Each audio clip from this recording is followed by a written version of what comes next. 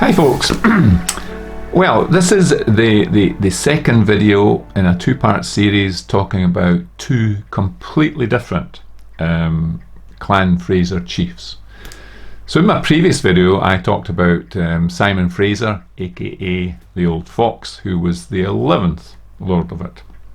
Today I want to talk to you about Simon Fraser, the 15th Lord Lovat, Chief of the Clan Fraser of Lovat. So he, Brigadier, as he was known, Brigadier Simon Fraser, he was born at Beaufort Castle, which is previously Castle Dooney, which you may have heard me talking about in the previous video, the seat of the clan. So that's based it's at Bewley, which is just outside Inverness. For those of you who've been up there, it's just to the west of Inverness. And Simon Fraser, he was born there in 1911. And his clan referred to him as MacShimmy, which is a Gaelic name meaning son of Simon. So that's what he's told. And to his many friends, he was often just called Shimmy. Shimmy Fraser, I think, was actually what his name for many people to call him, friends of his. So he was educated first at Ampleforth College and then Oxford University, and then he joined the Scots Guards in 1931. The following year his father died, and Simon inherited the title and became the clan chief. However, with war looming in 1939, Simon became a captain in the famed Lovat Scouts. You may have heard about them. And then a year later, he volunteered for one of these new regiments that were being set up in Britain called the Commandos. So the Commandos were developed during the Second World War, following a specific request from the British Prime Minister Winston Churchill for a special force that could carry out raids in German occupied Europe. So there is most of them were trained in Scotland, and there's a memorial to the Commandos at a place called Speen Bridge, which is just north of Fort William on the road to Loch Ness and Inverness. Some of you may have seen it. It's a lovely setting, and it looks out over the lands where the Commandos trained. That's why the memorial is there. A lot of them trained in this rugged terrain up there. So if you're ever in that part of the world, try and stop off and have a little look at the Commando Memorial. Anyway, so Simon joins up this new venture, as it were, to develop these commando units. And he was attached to number 4 Commando as a major, and they conducted a very successful raids in Norway and France, and for a raid on a French coastal village of Hardelot in 1941, Simon was awarded the Military Cross, which in Britain it's the second highest military decoration in the British Army, and it's awarded for acts of exemplary gallantry during active operations against the enemy on land. So it's a very high award that he received for that raid and for his actions. His citation for that award included the words that they considered the fact that this operation was carried out with complete success and practically without loss to our troops was largely due to the excellent leadership and control of Major the Lord Lovat. So I thought that was a wonderful citation for how he had led his men in what would have been an extremely dangerous action.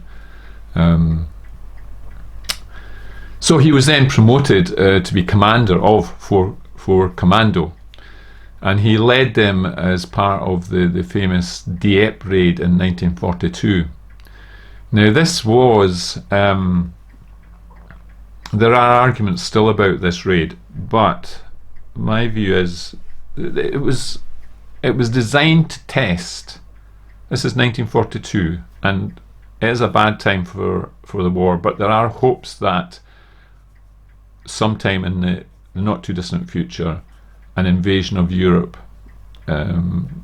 would be possible. But they had to test whether an amphibious invasion would be possible. So that is what my feeling the raid on Dieppe was supposed to be.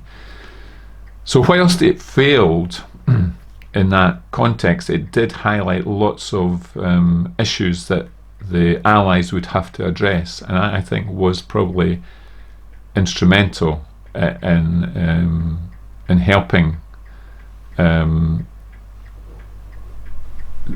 plan for D-Day, and I think the valuable lessons there probably helped in the success of D-Day.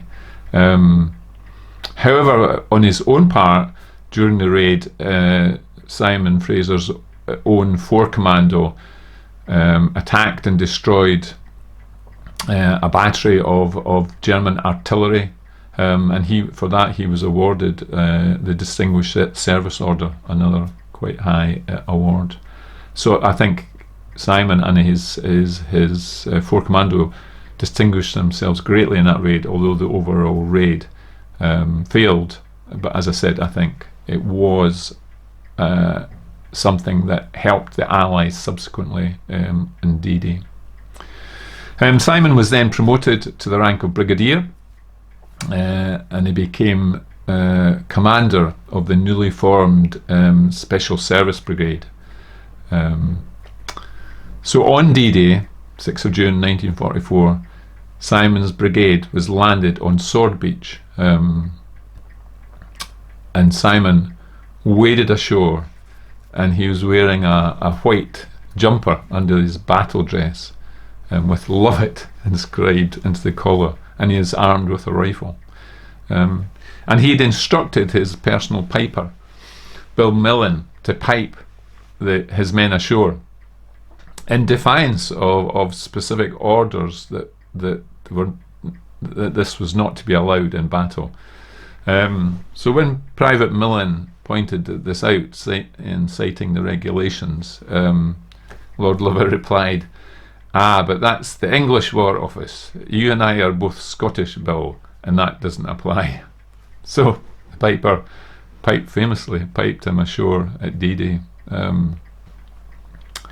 And Simon's forces quickly pressed on from the beachhead, and they advanced to Pegasus Bridge to relieve the brave airborne troops who had taken the bridge in the early hours of the morning.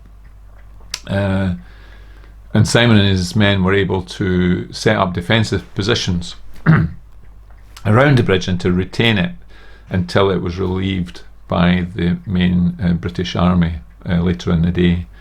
So the capture of this bridge is felt to be crucial to the success of the landing, as it denied the German forces the ability to swiftly counterattack. And for those of you like myself who perhaps have visited the landing beaches, you might get a feeling for that when you're there. If you haven't, I would certainly recommend, perhaps if you get the chance, it's very worthwhile going there to see the area and you get a feel for it. But obviously, so Simon's forces played this hugely important role on D-Day, on the day of D-Day, in ensuring that the landing succeeded. However, just 1 week later, Simon was very seriously wounded at the Battle of Breville in Normandy. Although he did make a full recovery, he was unable to serve in the army again, unfortunately, so he was retired from the army. But thankfully he made a full recovery. And in 1946, a very grateful French Republic awarded Simon the Legion Honour and the Croix de Guerre, which I think are their 2 highest awards. So I think it shows you how highly he was held in regard for his actions there on D-Day. So for the next 42 years, Simon became a successful politician, serving in the House of Lords. He also served on Inverness County Councillor, where he was a great local politician, a councillor they're called, and he was always championing, putting forward the needs of the people of the Highlands. And he also devoted a great deal of time to his family estate, which is, I think, about 250,000 acres. So we have this huge estate of the Fraser lands there. However, this remarkable man suffered at the end of his life. There was a great deal of turmoil in his final years, which I always thought was a great shame for such a fine man. He suffered severe financial problems, and regrettably the family's residence at Beaufort Castle had to be sold. That was a great shame.